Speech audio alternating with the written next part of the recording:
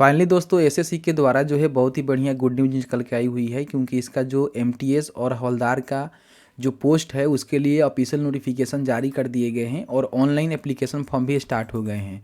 यहाँ पे देख सकते हैं कि 18/1/2023 से लेकर 17/2/2023 के बीच में ऑनलाइन मोड में फॉर्म को फिल होगा। एग्ज़ाम इसका अप्रैल में होने वाला है।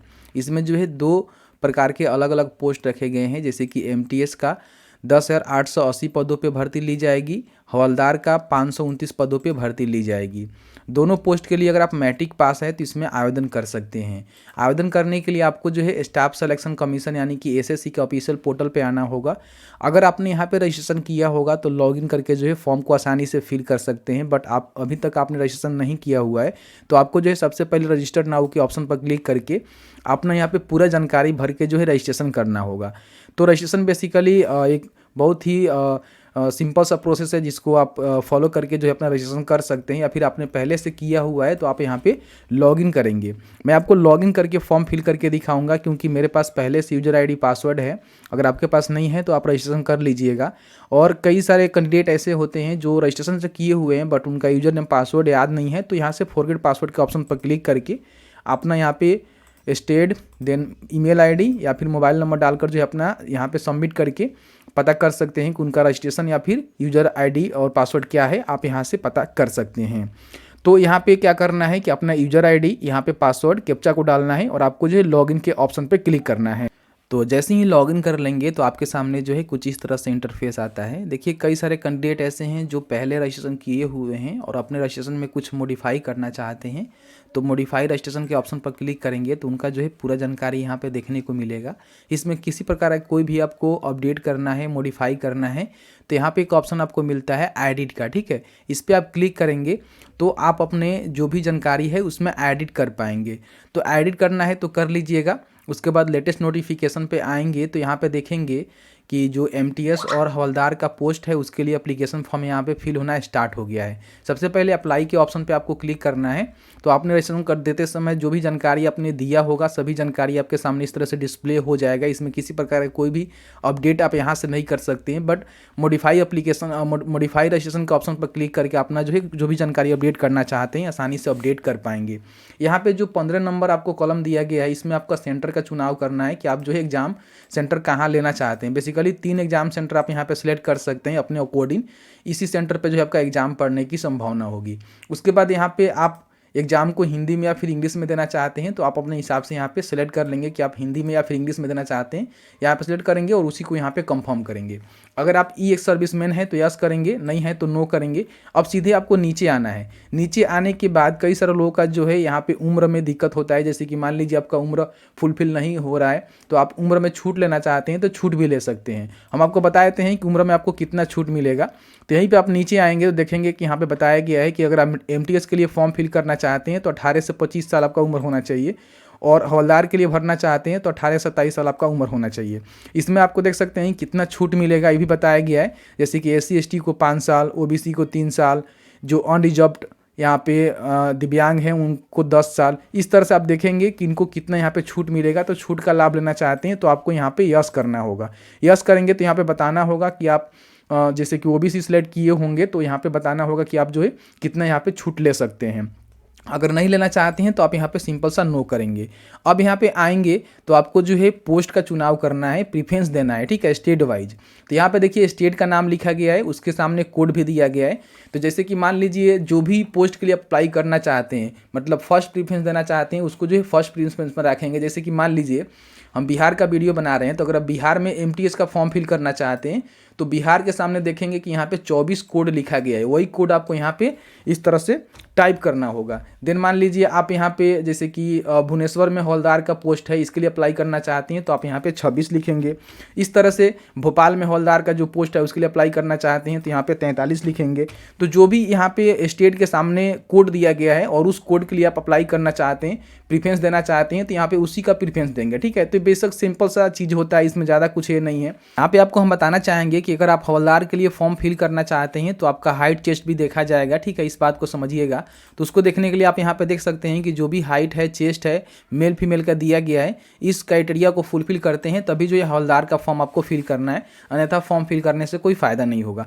तो इस तरह से जितना भी आप प्रेफरेंस देना चाहते हैं, जो भी आप जगह का देना चाहते हैं उस तरह से आप डालेंगे। जैसे कि मान लीजिए मुझे मध्य प्रदेश का देना है तो मैं यहाँ पे 45 डाल दूंगा। इस तरह से जितने भी प्रेफरेंस आप देना चाहते हैं दे सकते हैं, और आपके ऊपर डिपेंड करता है। मैक्सिमम जितना भी चाहें उतना दे सकते हैं, लेकिन अगर आपको ज़्यादा नहीं देना है, आप चाह रहे हैं कि 4-5 ही हमें देना है तो दे दीजिए। उसके बाद आपको एक्स प्रेस करना है। अब जैसे ही एक्स प्रेस करेंगे तो पूछेगा कि क्या अब इसके बाद आप प्रेफरेंस नहीं देना चाहते हैं, ओके करेंगे तो टोटल जो है एक से हो जाएगा, ठीक है। तो यहाँ पे देख सकते हैं कि हमने जो है 4 से 5 ही चुनाव किया हुआ है जो हमें भरना है। आप अपने अकॉर्डिंग मैक्सिमम कितने भी कर सकते हैं जितना यहाँ पे बॉक्स दिया गया है। मान लीजिए कई बार क्या होता है कि इसमें मिस्टेक हो जाता है, गलती हो जाता है कि मुझे पहले इसका प्रेफरेंस देना था लेकिन मैंने इसको दे दिया, तो आप यहाँ पर रिसेट करके फिर से इसको सेट कर सकते हैं। जैसे मान लीजिए बिहार में आपको सबसे पहले देना है तो बिहार का कोड यहाँ पर डाल सकते हैं, ठीक है। उसके बाद मान लीजिए उत्तर प्रदेश का देना है, जैसे कि हवलदार का हो गया, एमटीएस का हो गया, तो आप अपने अकॉर्डिंग यहाँ पे सभी जानकारी को फिल करेंगे। और जब आपको लग रहा है कि नहीं अब हमें नहीं देना है तो एक्स दबा देंगे बटन, आपका पूरा एक्स हो जाएगा। तो इस तरह से आप दे देंगे, ठीक है। उसके बाद नीचे आएंगे तो पूछा जा रहा है कि आपका जो हाईएस्ट क्वालिफिकेशन है, यानी कि अभी तक आपने मतलब कितना क्वालिफिकेशन लिया हुआ है। जैसे कि मान लीजिए आपने एमबीए किया हुआ है, एमसीए किया हुआ है, या फिर पीजी किया हुआ है, या फिर बी फार्मा, एलएलबी, जो भी है आपने किया हुआ है, जो कि अभी आप करेंट आपका क्वालिफिकेशन है। जैसे कि मान लीजिए कि आपका जो भी मैक्सिमम क्वालिफिकेशन है वो आपको बताना होगा, ठीक है। तो जो भी है आप यहाँ पे उसको सेलेक्ट कर देंगे इस तरह से, ठीक है। उसके बाद यहाँ पे आपका जो क्वालिफाइंग एजुकेशन है, यानी कि ये जो है वैकेंसी 10वीं पास पे है तो आपको जो है 10वीं पास ही यहाँ पे सेलेक्ट करना होगा, ठीक है। तो इस तरह से आप सेलेक्ट करेंगे। देन यहाँ पे अपना जो है बताना होगा कि आप पास कर गए हैं या फिर अपियरिंग में है 10वीं, तो आप अपने हिसाब से यहाँ पे बताएंगे।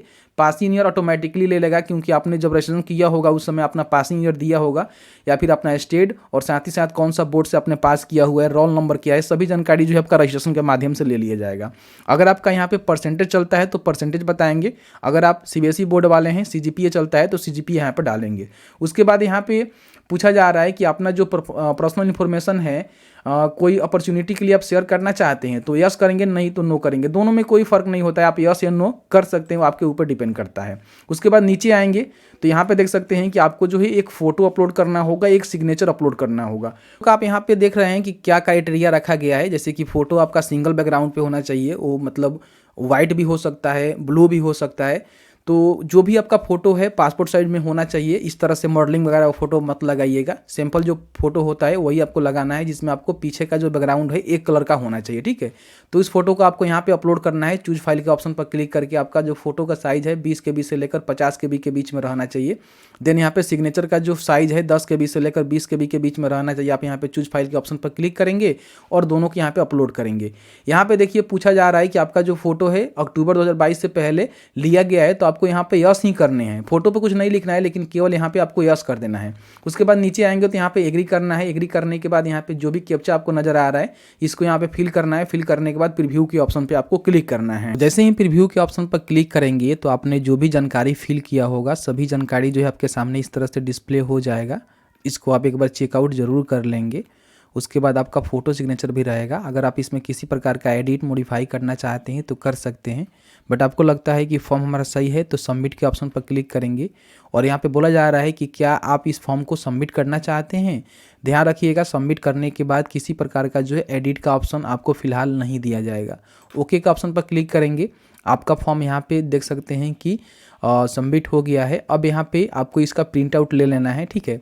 और उसके बाद पूछ रहा है कि क्या आप पेमेंट के लिए प्रोसीड करना चाहते हैं, तो आप यहीं पे यस करके पेमेंट को जो है आसानी से यहाँ पे प्रोसीड कर सकते हैं। पेमेंट आप ऑनलाइन या फिर ऑफलाइन करना चाहते हैं अपने अकॉर्डिंग बताएंगे। सबमिट के ऑप्शन पर क्लिक करेंगे, आपको जो है पेमेंट गेटवे भेजेगा जहाँ से आपको पेमेंट करना होगा। तो फिर से यहाँ पे बैक आएंगे तो सबसे पहले अगर आप पेमेंट कर दिए हैं तो अपना जो पेमेंट का स्टेटस है उसको चेक करना है, यहाँ पे क्लिक करना है।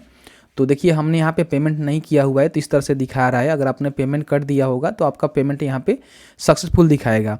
यहाँ पे पेमेंट का ऑप्शन पर क्लिक करके दोबारा आप पेमेंट करना चाहते हैं, जैसे कि आपने पेमेंट नहीं किया हुआ था बाद में आप करना चाहते हैं, तो यहाँ से फिर से आके पेमेंट कर सकते हैं। और उसके बाद डबल वेरिफिकेशन फॉर पेमेंट का ऑप्शन के इस्तेमाल करके आप पेमेंट करके अपना जो यहाँ पे पेमेंट है उसको कर लीजिएगा, रीवेरिफिकेशन कर लीजिएगा, आपका जो है पेमेंट यहाँ पे हो जाएगा। तो इस तरह से एप्लीकेशन को आपको भरना है। और उसके बाद प्रिंट आउट लेना चाहते हैं तो आप यहीं से इसका जो प्रिंट है, प्रिंट का ऑप्शन पर क्लिक करके अपना जो प्रिंट आउट है इस तरह से निकाल सकते हैं और अपने कस्टमर को दे सकते हैं।